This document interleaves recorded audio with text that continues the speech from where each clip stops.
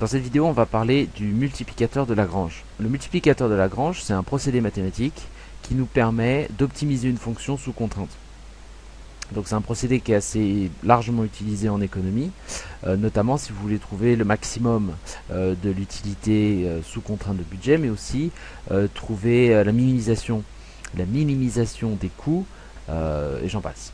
Donc je vous ai mis un petit graphique ici qui récapitule ce qu'on a dit sur l'équilibre du consommateur. Donc le but du consommateur, c'était de trouver la courbe d'indifférence. Je vous rappelle qu'une courbe d'indifférence, ça mesure toutes les combinaisons entre deux quantités de biens. Ici, on a le restaurant et le cinéma. Le restaurant ici et le cinéma ici.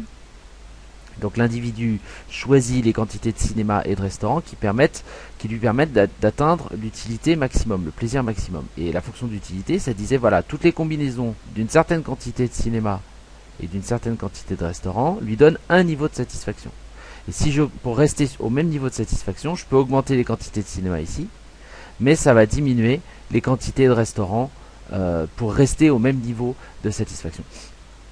Je vous invite à revoir la vidéo sur les courbes d'indifférence si vous n'êtes pas au fait avec ça. Et donc, plus la courbe d'indifférence est en haut à droite de l'axe, plus l'utilité, c'est-à-dire la satisfaction de l'individu est élevée. Là, vous voyez, pour une courbe d'indifférence relativement en haut à droite, on a, là j'ai mis des chiffres au hasard, mais on a une utilité qui serait par exemple de 30. Et là, pour une courbe d'indifférence un peu plus en bas à gauche, vous voyez, ça représente une utilité de 25. Donc c'est un peu plus faible, l'individu est un peu moins satisfait. Et encore plus bas à gauche, une utilité égale à 22, donc l'individu est encore moins satisfait. Très clairement, le but du consommateur, c'est de choisir le panier de biens qui va maximiser son utilité, maximiser son plaisir, tout en restant dans sa contrainte de budget. Je vous invite à revoir la vidéo sur les vidéos sur la contrainte de budget. La contrainte de budget, c'est cette droite ici, et cette droite-là, elle nous indique ce que l'individu peut acheter au maximum. Donc très clairement, maximiser son utilité sous contrainte de budget, c'est trouver la courbe d'indifférence la plus en haut à droite possible, mais qui respecte cette frontière. Donc le multiplicateur de Lagrange, c'est un outil mathématique qui nous permet de cuisiner un peu, c'est un peu de la cuisine mathématique, qui nous permet de trouver effectivement quelle quantité de biens vont permettre à l'individu d'atteindre son maximum de plaisir tout en respectant ce qu'il a dans son porte-monnaie et tout en respectant le fait que il ne peut pas consommer à l'infini et que son porte-monnaie est limité et que les prix des biens sont ce qu'ils sont. Donc pour parler du multiplicateur de Lagrange, il nous faut déjà deux choses. Il nous faut une fonction, ce qu'on appelle une fonction objectif. Il faut une fonction f, comme ça j'appelle ça une fonction objectif. Alors qu'est-ce que c'est qu'une fonction objectif? La fonction objectif, c'est celle que l'on maximise ou que l'on minimise. C'est celle que l'on maximise ou que l'on minimise. Parce que le multiplicateur de Lagrange, il vous permet de trouver des extrémums. Il vous permet soit de trouver un maximum, soit de trouver un minimum en fonction de ce que vous cherchez. Vous pouvez minimiser les coûts sous un certain nombre de contraintes, ou vous pouvez aussi maximiser l'utilité sous un certain nombre de contraintes. Donc c'est une fonction, donc pour construire un Lagrangien, pour utiliser la méthode du Lagrangien, il nous faut une fonction objectif, c'est celle que l'on maximise et que l'on minimise. Alors par exemple, l'utilité. L'utilité, en général, c'est une fonction de la quantité de biens que l'individu consomme. Donc imaginez qu'il consomme n biens, un certain nombre de biens. Donc plus vous mettez des biens dans la consommation, plus l'individu consomme de biens et plus il est heureux. C'est-à-dire plus ce chiffre-là augmente. Donc ça va être la fonction objectif. On va essayer de maximiser ce chiffre-là. C'est-à-dire en fait de trouver la courbe d'indifférence la plus en haut à droite, si on se réfère au graphique. Il nous faut une autre chose. Il nous faut une contrainte. Une ou plusieurs contraintes. Souvent en économie, on utilise une contrainte. Mais on pourrait tout à fait utiliser cette méthode avec plusieurs contraintes. Donc il nous faut une contrainte. C'est ce qu'on va être obligé de respecter. Alors par exemple, la contrainte de budget. La contrainte de budget. D'accord? Et si vous vous souvenez des vidéos sur la droite de budget et la contrainte de budget, on avait dit que la contrainte de budget, c'était B. Le budget doit être égal à la dépense, c'est-à-dire que le budget doit être égal,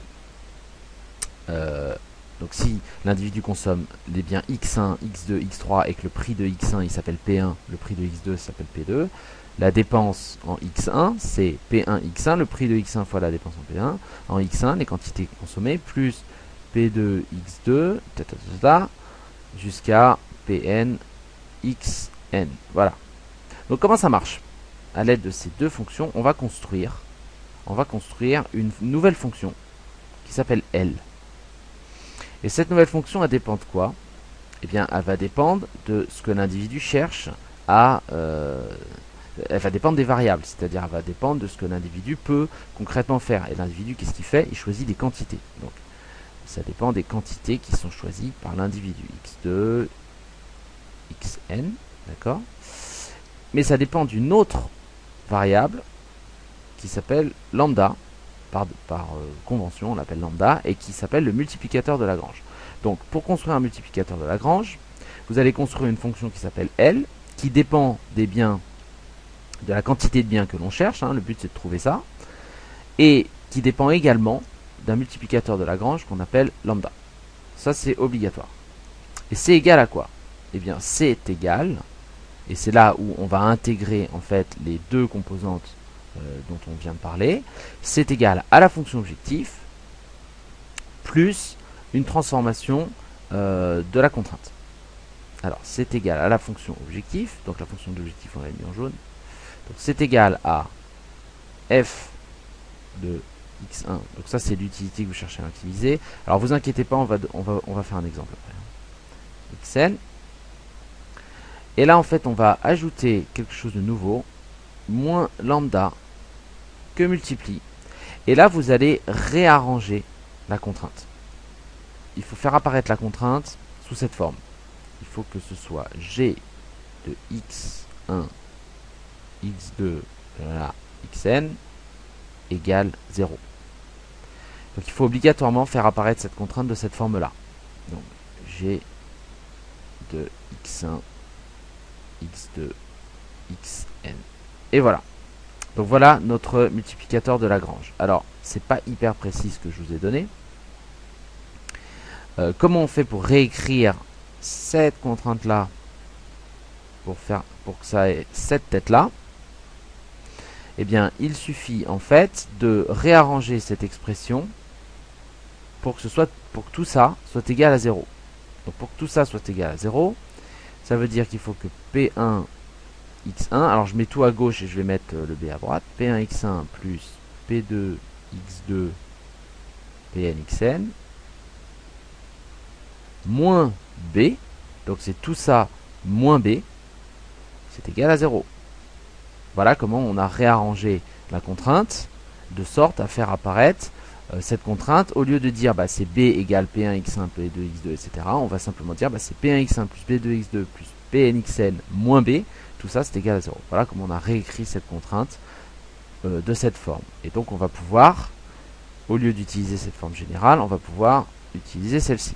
On va réécrire ça. Donc L, donc notre Lagrangien x1, x2, plus loin, xn lambda, c'est égal à quoi? C'est égal à f de x1, x2, xn, d'accord, moins lambda, ça c'est la construction, hein, c'est obligatoire, il n'y a pas le choix, il n'y a pas de discussion autour de ça, c'est comme ça que ça se passe, moins lambda que multiplie la contrainte réécrite. Et la contrainte réécrite ici, c'est P1, x1, plus P2, x2, Pn, xn, moins b. Je vais essayer de le réécrire pour que ce soit plus clair. Donc, je vais le réécrire encore une fois. Plus P2, x2, plus Pn, xn, moins b. Voilà. Donc vous voyez que ça, donc ça c'est bien la contrainte réécrite. C'est bien la contrainte réécrite sous la forme g de x1, x2, xn égale 0. Ici on a la fonction objectif. Là on a le multiplicateur de Lagrange. c'est pas très bien écrit, mais je pense que vous devez pouvoir le contraindre. Et là, on a cette fonction, ce qu'on appelle le Lagrangien. Bon, c'est bien beau tout ça, mais qu'est-ce qu'on fait une fois qu'on a fait ça, hein? Qu'est-ce qu'on fait de tout ça? Maintenant, on a une fonction très générale, avec beaucoup de choses dedans. Et ben il suffit tout simplement de la maximiser. Donc le but du jeu, là, dans ce cas-là, hein, c'est de maximiser le Lagrangien. Et pour maximiser le Lagrangien, on cherche les quantités consommées de x1, les quantités consommées de x2, les quantités consommées de xn, mais on cherche aussi l'autre variable que l'on a créée, c'est le multiplicateur. Donc on va maximiser ce Lagrangien en fonction de x1, x2, xn et lambda. Et donc, quelles sont les conditions pour maximiser quelque chose? Alors, attendez, hop, voilà. Quelles sont les conditions pour maximiser quelque chose? Il y a plusieurs conditions. La première condition, c'est qu'il faut que la dérivée partielle de cette fonction Lagrangien par rapport à x1 soit égale à 0. C'est les conditions du premier ordre, si je ne dis pas de bêtises. D Lagrangien sur d rond x2, donc la dérivée partielle du Lagrangien par rapport à x2 soit égal à 0, etc. Jusqu'à ce que, donc il faut les faire toutes. Si vous avez autant de variables, il faut toutes les faire. D Lagrangien sur xn soit égal à 0. Donc il faut toutes les dérivées par rapport à chacune des variables soient égales à 0. Mais il faut aussi que, puisqu'on a oublié une variable, il reste celle-là, il faut que la dérivée du Lagrangien par rapport au multiplicateur de Lagrange soit égale à 0. D'accord?